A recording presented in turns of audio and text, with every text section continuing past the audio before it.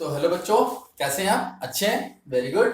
चलिए, इसी तरीके से आप अच्छे रहिए और अच्छे से पढ़ते रहिए। तो बच्चों, उम्मीद करता हूँ आपको मेरी क्लास अच्छी लग रही होंगी और आप अच्छे से सीख रहे होंगे उनको। तो बच्चों, आप जो हम आज जो नई क्लास लेके आए हैं आपके लिए, वो है बिजनेस स्टडी का चैप्टर नंबर 4 प्लानिंग। एंड उसमें हम टॉपिक जो करेंगे, टाइप्स ऑफ प्लानिंग करेंगे।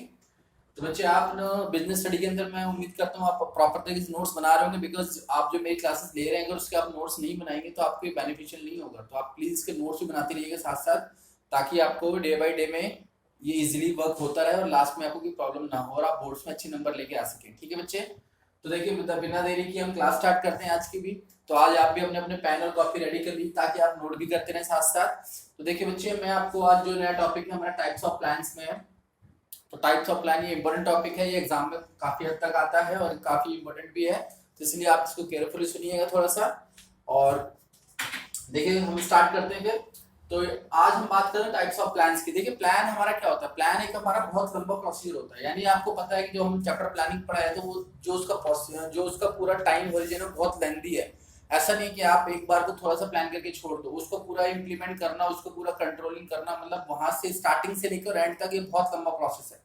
तो इसमें हम क्या करते हैं, टाइप इसमें जो प्लान है, हम प्लान कई बार हम क्या करते हैं, जो प्लान है हमारे वो लॉन्ग टर्म बेसिस होते हैं, शॉर्ट टर्म बेसिस होते हैं, कुछ सडनली प्लान होते हैं यानी बहुत ही शॉर्ट टर्म बेसिस पे होते हैं। तो प्लान भी हमारे कई तरीके के होते हैं कि वो डिपेंड करता है कि हमारे पास टाइम होरिजन कितना है और हमारे पास टास्क कितना है और उसके टास्क को करने के लिए हमारे पास टाइम कितना है। तो टाइम के प्लान के भी यहाँ पे बहुत सारे टाइप्स होते हैं कि आप किस तरीके का किस लिए प्लान कर रहे हो। तो उसको आप उस तरीके का ही प्लान, वही आपका स्ट्रेटजी या फिर वही आपका टाइप्स ऑफ प्लान लगेगा जो वहाँ पे कंडीशंस हैं, जो वहाँ पे जरूरत होती है। ठीक है? तो सबसे पहले हम बात करेंगे टाइप्स ऑफ प्लान्स की। नंबर एक हमारा आता है ऑब्जेक्टिव। देखिए, ऑब्जेक्टिव्स क्या होते हैं? किसी भी ऑर्गेनाइजेशन में, किसी भी फर्म में अगर आप बात करेंगे ऑब्जेक्टिव्स की, तो ऑब्जेक्टिव हमेशा क्या होते हैं? लॉन्ग टर्म होते हैं। These are not short term objective, क्योंकि ऑब्जेक्टिव और जो टारगेट्स होते हैं, जो कंपनी के जो गोल्स होते हैं, वो हमेशा लॉन्ग टर्म होते हैं। May be 1 year, 5 year, 20 years, मतलब इस तरीके के हमारे ऑब्जेक्टिव होते हैं। तो प्लान्स का जो हमारा जो टाइप ऑफ ऑब्जेक्टिव होते हैं, यानी ऑब्जेक्टिव जो टाइप होता है प्लान के अंदर, वो हमेशा क्या होता है? लॉन्ग टर्म पर्पस के लिए होता है, किसी भी कंपनी के लिए, जिसमें कंपनी अपने लॉन्ग टर्म एम्स को या फिर लॉन्ग टर्म गोल्स को डिसाइड करती है कि एक्चुअल में हमें करना क्या है। और एक वहां पे टाइम होरिजन भी डिसाइड करती है कि हमें एक्चुअली में ये जो टास्क है वो कितने टाइम में पूरा करना है, बिकॉज टाइम का होना बहुत जरूरी है। और वो भी मे बी क्वार्टरली हो सकता है, 6 मंथ हो सकता है, 1 ईयर हो सकता है, 2 ईयर हो सकते हैं। यानी वहां पे एक स्पेसिफिकेशन जरूर होना चाहिए कि हमारा टास्क क्या है और उस टास्क को पूरा करने के लिए हमारे पास टाइम कितना चाहिए होता है। तो दीज आर द ऑब्जेक्टिव्स। इसको हम थोड़ा टेक्निकल लैंग्वेज में पढ़ लेते हैं कि ऑब्जेक्टिव हमारे क्या होते हैं। Objective are defined as the end point which are numerically expressed that the management seek to achieve within given period of time। यानी आपको जो भी आप काम करना है, जो भी आपके टारगेट्स हैं, जो भी आपके गोल्स हैं, उनको विद इन टाइम यानी with in given period of time के अंदर जो हमें अचीव करना होता है, that is called your objective. यानी हमें सपोज करो, जैसे मैं आपकी बात करता हूँ, आपको 90% लाने हैं बोर्ड्स में, 95% लाने हैं बोर्ड्स में, बट आपके पास एक फिक्स टाइम है क्योंकि आपका जो बोर्ड का एग्जाम है वो मार्च में होना है। तो आपके पास बहुत ज्यादा टाइम नहीं है। मान लो आप यहाँ से आपको 8-10 मंथ्स रह गए। तो आपको जो टारगेट बेसिक जो ऑब्जेक्टिव है वो क्या है कि आपको 95% लाने हैं, but with in 8 to 10 months लाने हैं। तो आपके लिए हमारे पास एक टाइम होरिजन भी डिसाइड हो गया कि इतने टाइम के अंदर हमें जो भी एफर्ट्स करने हैं वो इतने टाइम के अंदर ही करना है। ऐसा तो नहीं ना कि आप जो बोर्ड एग्जाम होंगे वो इस साल ना देंगे, नेक्स्ट ईयर दोगे, तो आपके लिए टाइम होरिजन 2 साल का हम रखेंगे। नहीं, पॉसिबल नहीं है, बिकॉज हमारी जो एंड डेट है, जो हमारी एंड डेट है वो क्या है? मार्च है। यानी आपके 1 मार्च से या फिर फेब से, मे बी 23 या 22 फेब से भी आपके एग्जाम शुरू हो जाते हैं। तो मे बी आपकी जो एंड डेट है वो है 22 या 23 फेब, कि आपको यहाँ तक अपने पास आपके पास टाइम है और इस टाइम के अंदर अंदर आपको जो भी प्रिपरेशन करनी है, जो भी आपको अपने मार्क्स लाने के लिए जो भी एफर्ट्स लगाने हैं, आप यहाँ तक लेके आओ ताकि मार्च में अपने आप गोल्स को आप अचीव कर सको। सेम वही फॉर्म के अंदर होता है, किसी भी बिजनेस के अंदर होता है। कोई भी बिजनेस होता है उसका एक पर्टिकुलर एक टाइम पीरियड होता है, एक क्वार्टरली वो डिसाइड करते हैं। वो डिपेंड करता है कि कंपनी की पॉलिसी पे, फर्म की पॉलिसी पे, कि भाई वो क्वार्टरली डिसाइड करते हैं या फिर हाफ ईयरली लेते हैं, फिर एनुअली लेते हैं। वो डिपेंड करता है प्रोडक्शन साइकिल पे कि वो प्रोडक्शन साइकिल क्या है। वो क्वार्टरली साइकिल अडॉप्ट करते हैं या फिर मंथली करते हैं या फिर 6 मंथ करते हैं या फिर पूरा ईयरली करते हैं। तो वो सब उनका प्रोडक्शन प्रोसेस पे और सेल्स पे डिपेंड करता है कि उनका किस तरह से वो अपना ईयर को पूरा कंप्लीट करते हैं। तो these are the basically objective of the organization. और ये टाइप्स ऑफ प्लान का एक बहुत अच्छा पार्ट है और बहुत ये बेसिकली लॉन्ग टर्म पर्पस के लिए यूज होता है।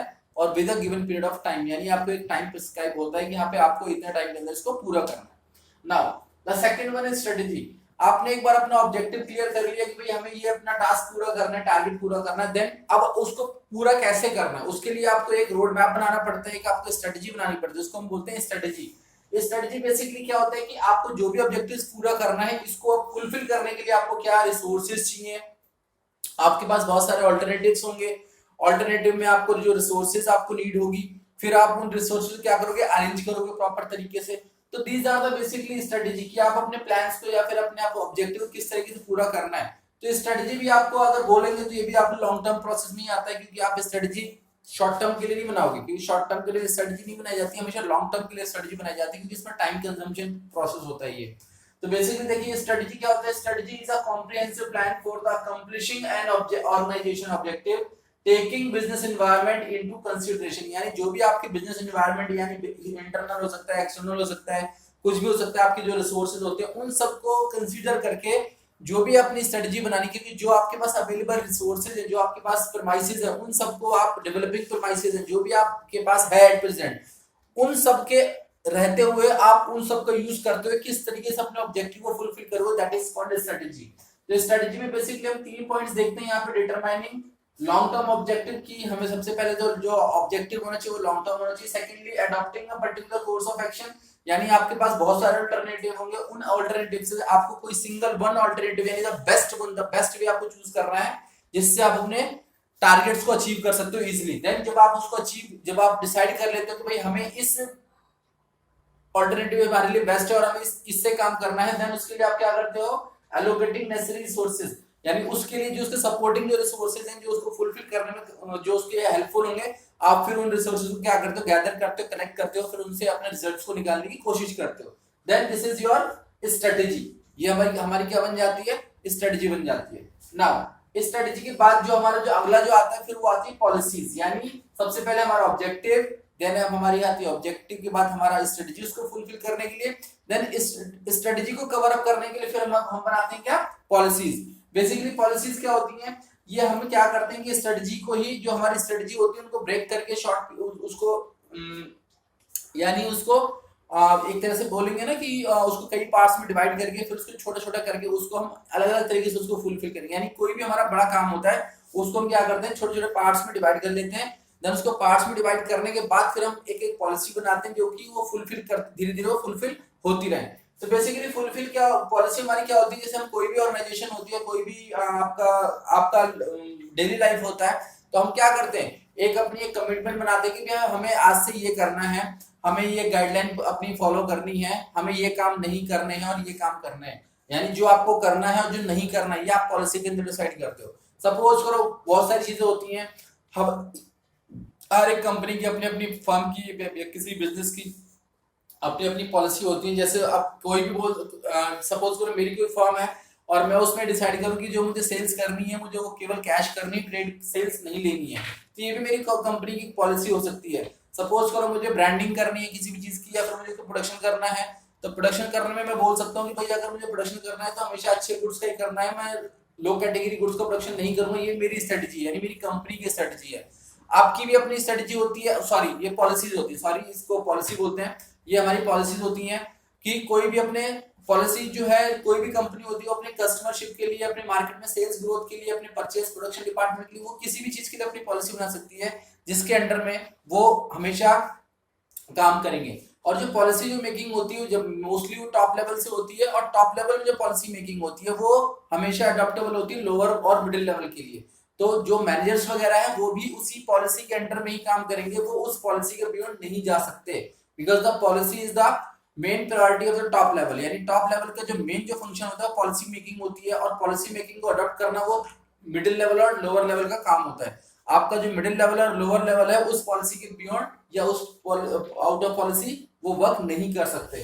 तो बेसिकली हम पॉलिसी को भी हम थोड़ा टेक्निकल लैंग्वेज में पढ़ लेते हैं। क्या होता है policy is a general guideline which brings uniformity in decision making for achieving the predetermined objectives।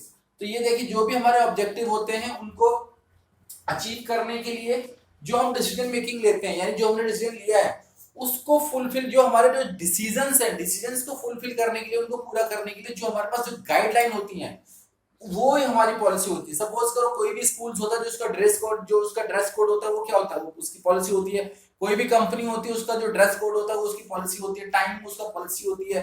बहुत सारी ऐसी चीजें होती है जो हर कोई कंपनी, हर कोई फर्म या हर कोई बिजनेस अपनी पॉलिसी अडॉप्ट करता है, जो कि उसको दूसरी चीज से थोड़ा सा डिफरेंट बनाती है। यानी पॉलिसी हम थोड़ा सा अपने आप को ब्रांडिंग करने के लिए बनाते हैं, क्योंकि हम अलग, दूसरे से अलग दिखने के लिए भी हमारी क्या पॉलिसीज होती है, कि जैसे आप भी बोलते हो कि भाई उस कंपनी की पॉलिसी ये है, उस कंपनी की पॉलिसी ये है, और हम कई बार पॉलिसी की बेसिस पे ही किसी भी कंपनी या किसी बिजनेस को डिफरेंशिएट कर देते हैं कि यार उसकी पॉलिसी तो बहुत अच्छी है, उसकी पॉलिसी अच्छी नहीं है बिकॉज वो अच्छा नहीं कर रहा। तो कई बार पॉलिसी के बेसिस पे भी हम किसी को अच्छा या किसी को बुरा या फिर किसी को सुपीरियर या किसी को इन्फीरियर डिसाइड कर देते हैं। तो पॉलिसी मेकिंग भी एक बहुत बड़ा काम है और बहुत बड़ा टास्क है, जो कि बहुत आगे जाके किसी भी कंपनी की ग्रोथ के लिए बहुत इंपॉर्टेंट होता है। तो बेसिकली बच्चे ये आपकी थी आज के टाइप्स ऑफ प्लान हमारे टाइप्स और भी हैं, बट उनको हम अगली क्लास में काउंटर करेंगे, अगली क्लास में उसको रीड आउट करेंगे।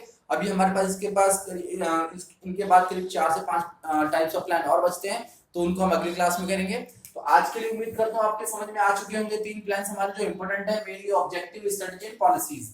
तो आपको ये अच्छे तरीके से राइट डाउन करने हैं, उनको पढ़ना है, इसको मेरे वीडियोस को बार बार देखना है ताकि आपको प्रॉपर तरीके से समझ में आ जाए, ताकि आपको एग्जाम में प्रॉब्लम ना हो। तो बच्चे आज की क्लास हम यहीं पर ही ओवर करते हैं। उम्मीद करता हूँ आपको मेरी क्लास अच्छी लगी होगी। अगर मेरी क्लास आपको अच्छी लगी होगी तो आप प्लीज मेरे चैनल को सब्सक्राइब कीजिए, लाइक कीजिए and press icon, bell icon का बटन भी आप जरूर प्रेस कीजिए। और कोई भी अगर आप मुझे कमेंट्स देना चाहते हैं, कोई सजेशन देना चाहते हैं, तो मेरे इनबॉक्स पे या फिर मेरे कमेंट बॉक्स पे आप उसको राइट डाउन कर, आप उसको दे सकते हैं। सो बच्चों, उम्मीद करता हूँ आपको मेरी क्लास अच्छी लगी होगी। इसी के साथ मैं क्लास एंड करता हूँ। Thank you so much and have a nice day. Thank you.